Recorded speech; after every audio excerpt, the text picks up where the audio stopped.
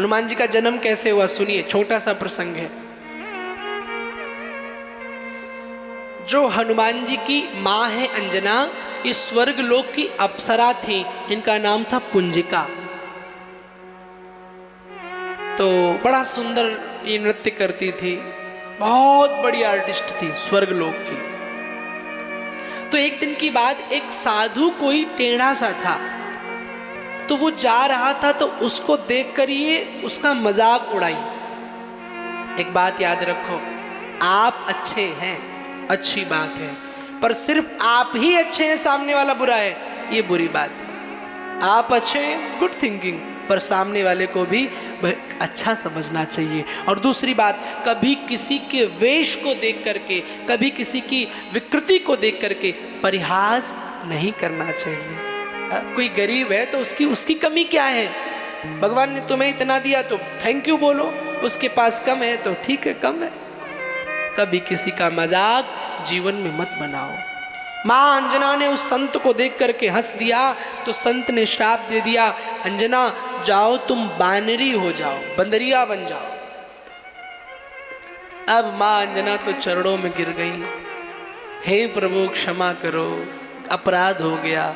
एक बात बताऊं, जब तक जीवन में ठोकर नहीं लगती तब तक ठाकुर की याद नहीं आती। आजकल की सबसे बड़ी बात, आदमी तब भगवान को भजेगा जब उसका निजी स्वार्थ होगा। जब ठोकर लगी, जब दुनिया के ताने पड़े, जब सब जगह से सहारा टूट गया, तब कहता हे गोविंद अब तुम ही हमारे हो। हा? जब जीवन अच्छा था तब याद किया होता तो शायद ये बुरे दिन नहीं आते। इसलिए अपने अच्छाई में, अपने सुख में, अपने मंगल उत्सव में कभी भी भगवान को नहीं भूलना चाहिए। अंजना चरणों में गिर गई। संत ने कहा ठीक है, चिंता मत करो, जाओ, मैं श्राप तो मैंने दिया है, बानर के घर में तो तुम्हारा जन्म होगा, लेकिन तुम जब भी चाहोगी अपना स्त्री रूप ले सकोगे, मानव बन सकोगे। कहा ठीक है। आगे अंजना जी कुंजर नाम के वानर के घर में अंजना जी ने जन्म लिया। अब कुंजर नाम के वानर के घर में जन्म लिया तो वानर के घर में पैदा हुई तो उनका विवाह भी वानर से ही होगा। तो इनका विवाह केसरी नाम के वानर के साथ में हो गया। विवाह के 10 वर्ष बीत गए पर कोई संतान नहीं हुई। तब इन्होंने अपने पति की आज्ञा मान करके मानवीय रूप में भगवान शंकर की तपस्या करी। जब भगवान शिव की तपस्या करी, शंकर जी प्रसन्न हुए, कहा वरदान मांग लो, क्या चाहिए? बोले मुझे आप जैसा तेजवान पुत्र चाहिए। शंकर जी ने कहा ठीक है, मेरा ही रूप आपको प्राप्त होगा, कह करके चले गए। उधर भगवान ने एक सुंदर अवतार लिया था विश्व मोहिनी का। आप सब भागवत में कथा सुनते हैं। तो भगवान का विश्व मोहिनी अवतार इतना सुंदर था, इतना सुंदर था कि बड़े बड़े ऋषियों ने काम को धारण कर लिया। बड़े बड़े ऋषियों का त्याग छूट गया, बड़े बड़े संतों का मौन छूट गया, इतना सुंदर। और सच कहूं, जब ठाकुर जी ऐसे ही इतने प्यारे लगते हैं, जब बंसी बजाते हुए, धेनु चराते हुए ऐसे सिंपल एक पीताम्बर ओढ़ लेते हैं, तब तो इतने प्यारे लगते हैं। और जब छोरा ते छोरी बने होंगे तो सच बताओ कितने सुंदर लगे होंगे। भगवान ने जब विश्व मोहिनी अवतार लिया तो सबने दर्शन किए पर भगवान शंकर नहीं देख पाए थे। तो भगवान शंकर ने भगवान नारायण से निवेदन किया कि प्रभु हम आपका विश्व मोहिनी वाला अवतार देखना चाहते हैं। तो भगवान विष्णु ने कहा आप रहने दीजिए, काम के विजेता हैं आप, उस रूप को आप मत देखिए। बोले नहीं नहीं सरकार, चाहे कुछ भी हो जाए, हमें तो आपका वो दीदार करना है, वो झलक करनी है। और भक्त तो वही सबसे बड़ा है जो अपने जीवन के अभाव में भी भगवान को खोज ले।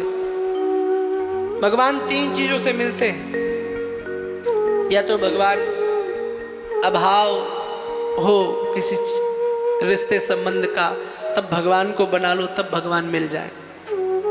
या तो आप बहुत बड़े भक्त हैं, आपका प्रभाव है भक्ति का, तब मिल जाए। और तीसरा, या तो आप में भाव हो, तब भगवान मिलते हैं। शंकर जी में भाव है। शंकर जी कहते आपका दर्शन करना है, जीवन कुछ भी हो जाए। कहा ठीक है। अब भगवान ने लीला करी, बढ़िया जो एक सुंदर बगीचा बनाया, बगीचे में बड़े सुंदर सुंदर फूलों के पुष्प लगाए, बड़े सुंदर सुंदर पुष्पों के वृक्ष लगाए, बड़े सुंदर सुंदर फलों के वृक्ष लगाए, और लगा करके अचानक भगवान गायब हुए नारायण, और छमछमाती हुई विश्व मोहिनी का रूप लेकर के आ गए। आहा, शंकर जी ने जैसे सुंदर रूप देखा, शास्त्र तो कहता है भगवान शंकर के संतान उत्पन्न करने वाला बीज पृथ्वी पर जा गिरा। भगवान शिव ऐसे अद्भुत रूप को देख करके, भगवान विष्णु के उस मोहिनी रूप को देख करके अपने आप को संभाल नहीं पाए, पागल हो गए, आलिंगन करने के लिए दौड़ पड़े।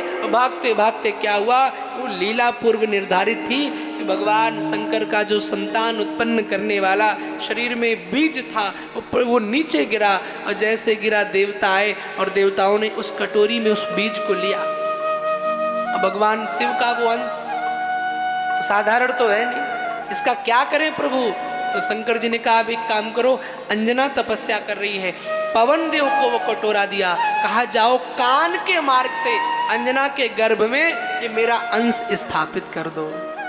पवन देव उसको लेकर के आए, अंजना के कान के मार्ग से गर्भ स्थापित किया, और उसी गर्भ से श्री हनुमान जी महाराज का प्रकट हुआ। बोल हनुमान जी महाराज की। तो हनुमान जी के 3 बाप कैसे? पवन देव कटोरा लेकर के आए तो इसलिए पवन देव मदद किए, तो पवन पुत्र।